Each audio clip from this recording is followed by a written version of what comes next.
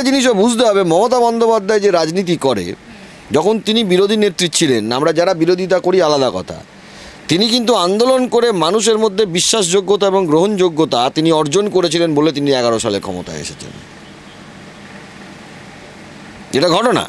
বামফ্রন্ট যে 77-এ এসেছিল, শুধু মিডিয়া আর আদালতের 4টে মামলা করলাম, নিচের কোর্টে, হাইকোর্টে, সুপ্রিম কোর্টে দেখে তারা না, আন্দোলন করে মানুষের ইস্যু নিয়ে আন্দোলন করে, মিডিয়ার বিস্তার ছিল, মানুষের ইস্যু নিয়ে আন্দোলন করে তারা কিন্তু আজকে ক্ষমতায় এসেছে।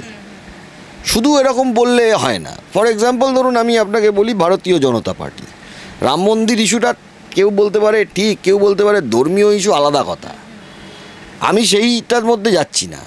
আমি যেটা বলছি, ওরা রাম মন্দির আন্দোলনটাকে সংগঠিত করেছিল, তাই জন্য ওদের ভোটও বেড়েছে, ওদের ইয়েও বেড়েছে।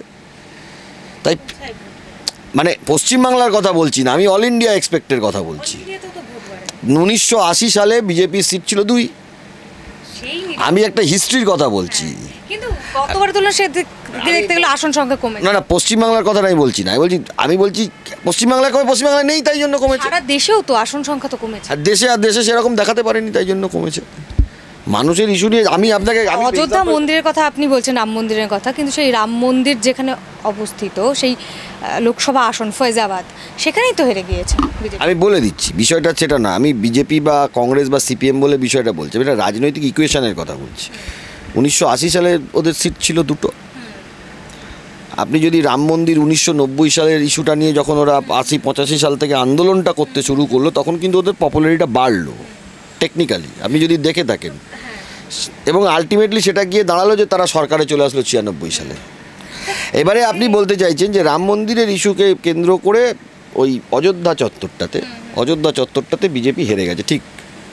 আপনাকে তো আগে মানুষের সেন্টিমেন্টটা বুঝতে হবে। রাম মন্দিরটাকে ইস্যু করে কেন্দ্র করে আপনি লোকালি খবর নিন, অনেকের জমি জায়গা নেওয়া হয়েছে, তো মানুষ গেছে খেপে। তাই জন্য মানুষকে নিয়ে আপনাকে আন্দোলন করে, আমি কনসেপ্টটা এইটা বলতে চাইছি। সিঙ্গুরে যেটা হলো, সিঙ্গুরে 300 জন সবাই যে যার মতন লজিক দিতে পারে। দেখুন, আমার লজিকটা আমি আমার মতন দিচ্ছি। সিঙ্গুরে যেসব চাষিরা আছে জমি দিতে চায়, তাদেরকে সঙ্গে নিয়ে সিঙ্গুরের যদি কারখানাটা হতো, তাহলে কিন্তু কারখানাটা হতে পারত।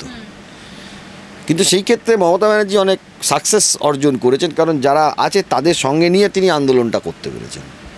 কিন্তু অন্যায় যেটা করেছেন সেটা হচ্ছিল সিঙ্গুরের কারখানাটাকে ডিনামাইট দিয়ে উড়িয়ে দিয়ে। ক্ষমতায় তো এসে গেছিলেন, কারখানাটা হলে কিন্তু মানুষের উপকার হতো।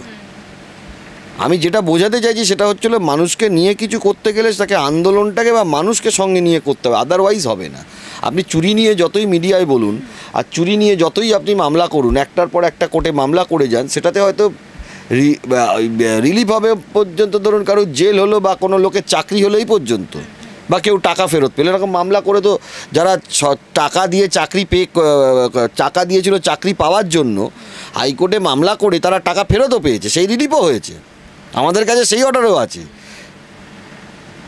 মামলা করে বলেছে যে টাকা নিয়েছে চাকরি দেবো বলে, আমরা সেই মামলা করেছি।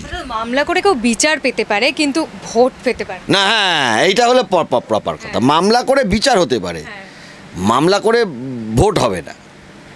এখন এদের মাথার মধ্যে ঢুকে গেছে একটা করে ইস্যু হবে, আর সেই ইস্যুটা নিয়ে তো তারা তো রাজনৈতিক আন্দোলন কেউ কিছু করছে না, সব তাকিয়ে আছে মিডিয়ায় গিয়ে বলবো, সব তাকিয়ে আছে এটা দিয়ে বলবো, তাই দিয়ে হয় নাকি? বিরোধীদের এটাই সব থেকে বড় সমস্যা, গ্রাউন্ড পলিটিক্সটা যেটা, সেটা কোনো রাজনৈতিক দলে পশ্চিমবাংলায় আমার মতে 2011 সালের পরে আমার চোখে পড়ার মতন পড়েনি। যে ধরনের বিরোধিতা পশ্চিমবাংলার মানুষ দেখতে অভ্যস্ত, কারণ আপনাকে একটা জিনিস বুঝতে হবে, বাংলাটা হলো বিরোধিতারই জায়গা। এবং বাংলা, আপনি ব্রিটিশ সাম্রাজ্যের সময় যদি বিপ্লবী দেখেন, 90% বিপ্লবী পশ্চিমবাংলা এবং আপনার পাঞ্জাব। এখানে আপনি শুধু ডায়লগ আর থিওরি আর কাগজে কলমে এই জিনিস বাংলাতে, মানে বিরোধিতা, এই জিনিস বাংলার মানুষ মানে দেখে অভ্যস্ত না, যেটা মানুষ ভুলিয়ে দিতে হচ্ছে। তাই জন্য স্বাভাবিক কারণেই আজকে আপনার তৃণমূলের এত বাড়বাড়ন্ত, 1 আর 2 লুটপাট। কারণ আপনার লুটপাটটা হচ্ছে কারণ আপনি তো রেজিস্ট করতে পারছেন না, আপনি পাল্টা রেজিস্ট্রেন্স দিতে পারছেন না। যারা বিরোধী দল করছেন তারা তো রেজিস্ট্রেন্স দিতে পারছে না, বলে প্রতিবাদী মানুষ।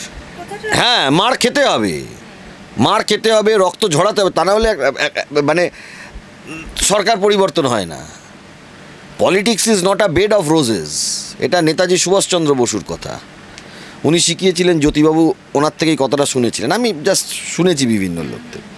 এখন পলিটিক্সটা যদি এখন এসি ঘর, মিডিয়া হাউস, এখানে পলিটিক্স হয়, তাহলে তো কোনো মানে সেটা কোনো যুক্তিযুক্ত হলো না। পলিটিক্স হলো মাঠে ময়দানে রোদে ঘেমে পুড়ে গুলি খেয়ে মার দিয়ে, এটা হলো রাজনীতি। রাজনীতি মানে এটা নয় যে it's a bed of roses. Politics is not a bed of roses.